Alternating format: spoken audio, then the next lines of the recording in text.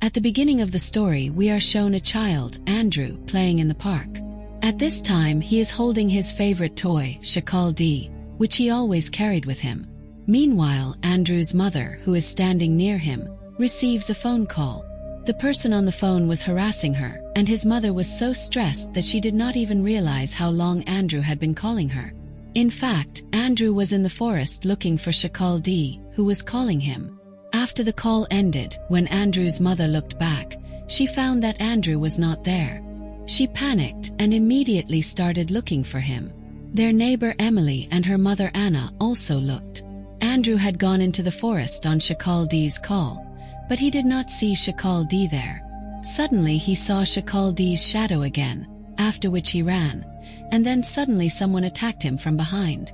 The scene then cuts, and at night we learn that the police are also now searching for Andrew in the forest. Andrew's father, who is also a police officer, searches for him with the police. After a lot of searching, they first find Andrew's toy, and then a little distance away they find Andrew, but he is now dead.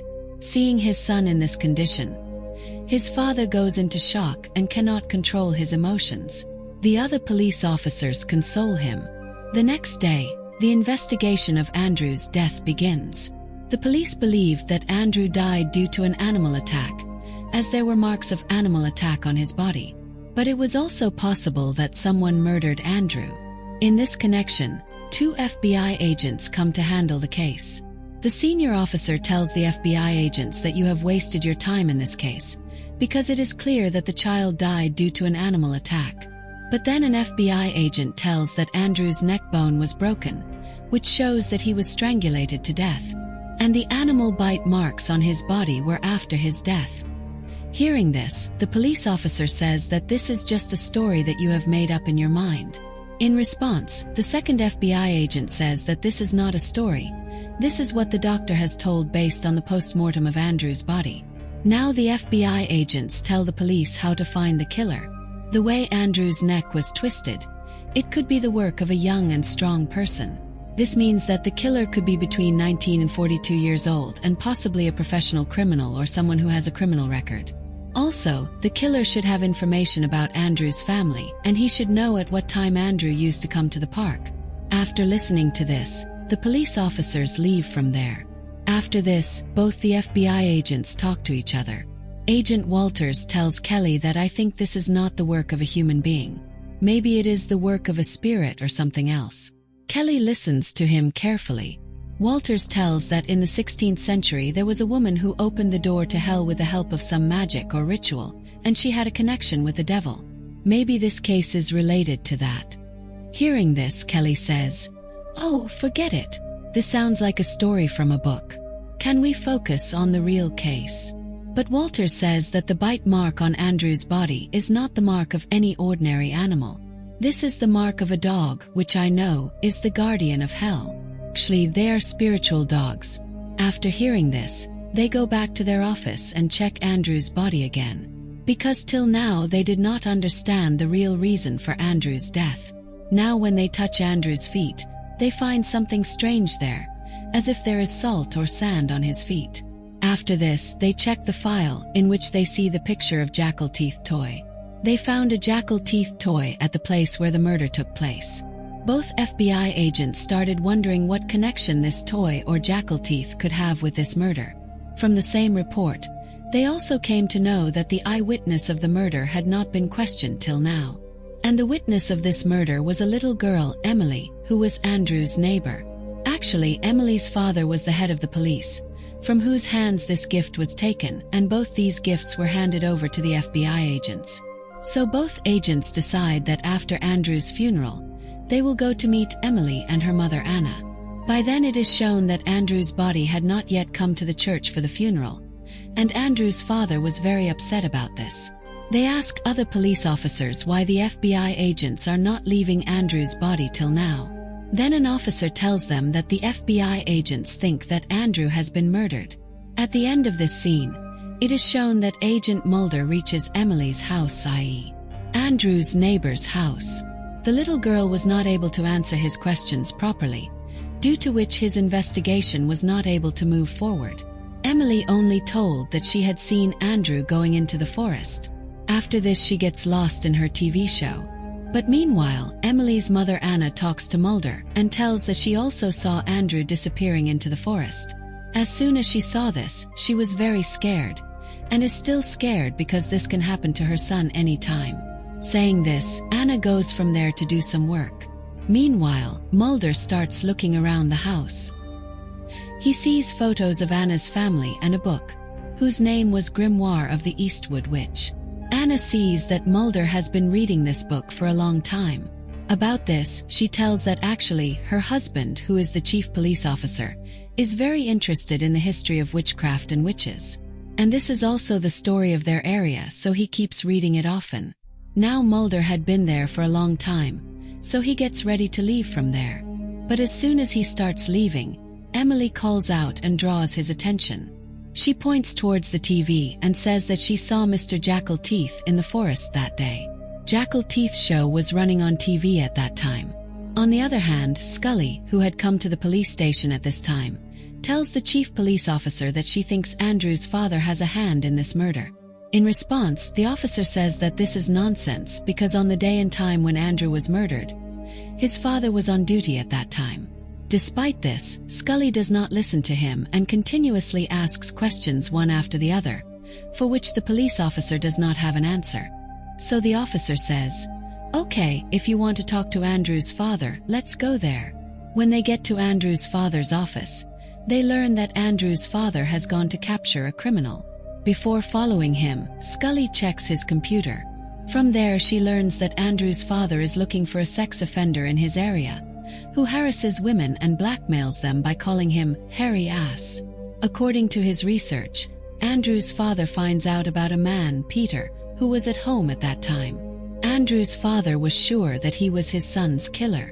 With this thought, he went to Peter's house.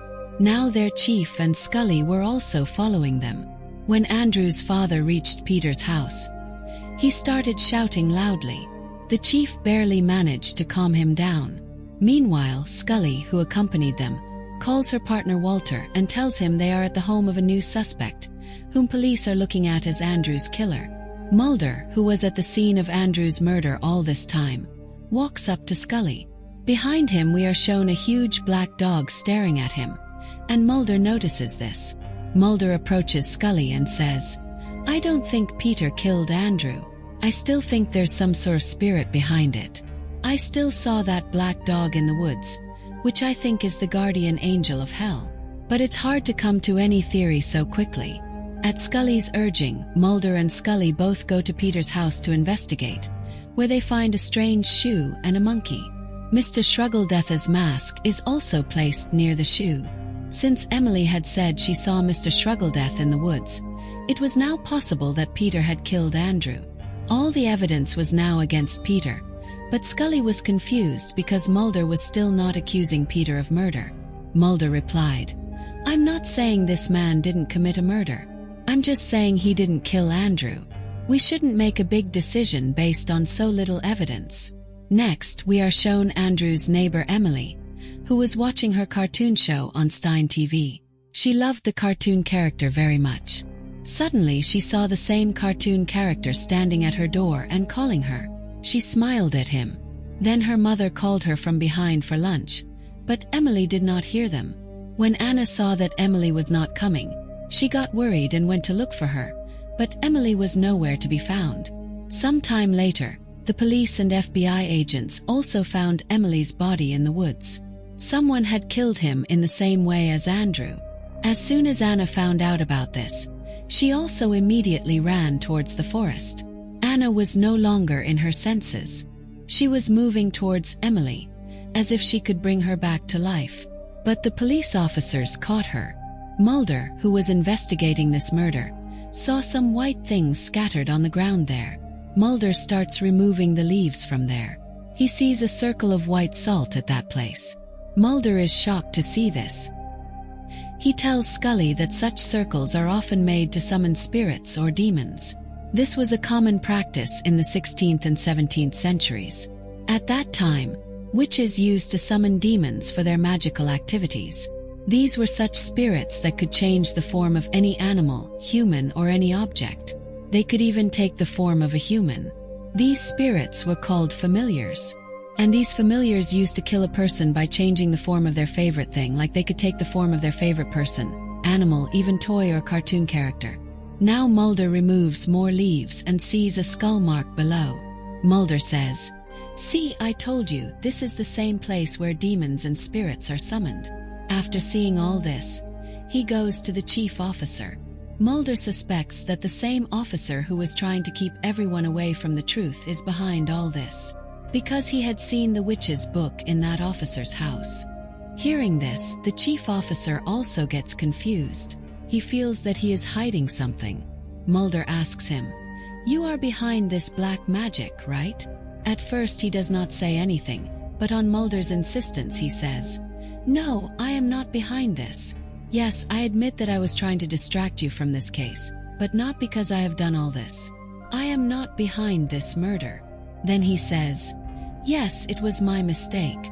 That day when Andrew disappeared, I was actually trying to trouble his mother. Because of me, Andrew's mother ignored him and he disappeared. This was my biggest mistake." The chief officer felt very guilty for his act. After she leaves, Mulder tells Scully, "This case is exactly as I was telling you. Someone here has opened the door to hell with their magical actions, and that's the reason behind all these murders." On the other hand, Andrew's father still suspects the man whose house he visited earlier. He tells everyone the truth about the man, and the angry people start beating him. As soon as Mulder and Scully get wind of the incident, they arrive and try to handle the situation. Scully shows everyone her badge and says, "I'm an FBI agent, and if you don't stop trying to kill this man, you'll all be charged with attempted murder." Everyone stops after hearing Scully. But then Andrew's father shoots the man without thinking and kills him, even though the man was not at fault. After killing this innocent man, Andrew's father is sent to prison. A few days later he has a court hearing and is released in court. At first he was convicted, but the man he killed was already a criminal. But despite all this, he had to pay a fine of $5,000. During the hearing, we see Mulder and Scully talking to each other. Mulder was telling Scully that whoever opened the door to hell, or whoever did that ritual and magic, is also sitting in this room with us. We just have to keep our eyes open. As these two agents leave the court, a police officer is already waiting for them. He tells them that neither Andrew's father is behind the murder, as he was on duty that day and was 40 kilometers away from Andrew, nor the person who killed the man killed by Andrew's father. This officer was actually called from another city, because they no longer trust these local officers. Next, we are shown Andrew's father, who has now returned home. But even after coming home, he is not happy, but more upset. Due to this case, he faced the worst truth. He found out that his wife and the chief officer had an affair, and that was the reason the chief officer harassed her. Because of this, he lost sight of his son, and because of this horrific act, his son lost his life. On hearing all this from her husband's mouth, Andrew's mother becomes even more worried. She herself had not yet recovered from the grief of Andrew's death. On hearing her husband's words, she becomes even more upset and leaves with the car. On the other side, her husband sets out to go to the chief officer's house to avenge his daughter's death. While Andrew's mother was driving, she saw Andrew standing on the road in the middle of the forest. To save him, she turned the car, but so fast that her car overturned and she met with an accident. Andrew's father, who had now reached the chief officer's house, sees only darkness inside the house. Then at a distance he sees Mr. Chacliti, whom he starts following. But as soon as he follows him, Mr. Chacliti suddenly disappears. This incident happens 3 times. The 4th time he hears the voice of Chacletti on TV. As he starts watching Chacletti's show on TV, he hears footsteps. It is none other than Mr. Chacletti. Andrew's father is about to shoot him when the head officer arrives. He sees Rick Kenny, Andrew's father, pointing a gun at him. The head officer shoots him dead before Rick can shoot him. Mulder and Scully, who were nearby, hear the gunshot and rush there. They are shocked when they see that Andrew's father is dead. Both of them have a feeling that something more terrible is about to happen. As they both leave the house, they see a circle of salt outside the house. Thinking something, Mulder goes back inside and sees that the witch's book is no longer there. Seeing this, they head towards the crime scene in the woods. Meanwhile, the head officer was also looking for Andrew's mother, Diane. While searching, he reaches near the forest, where he finds Andrew's mother's car overturned. But the most surprising thing was that he saw Andrew's mother standing in the forest and calling him towards her. As he moves towards her, Andrew's mother suddenly disappears in the forest. The officer goes into the forest to find her, but in his happiness he does not see Andrew's mother's dead body lying nearby.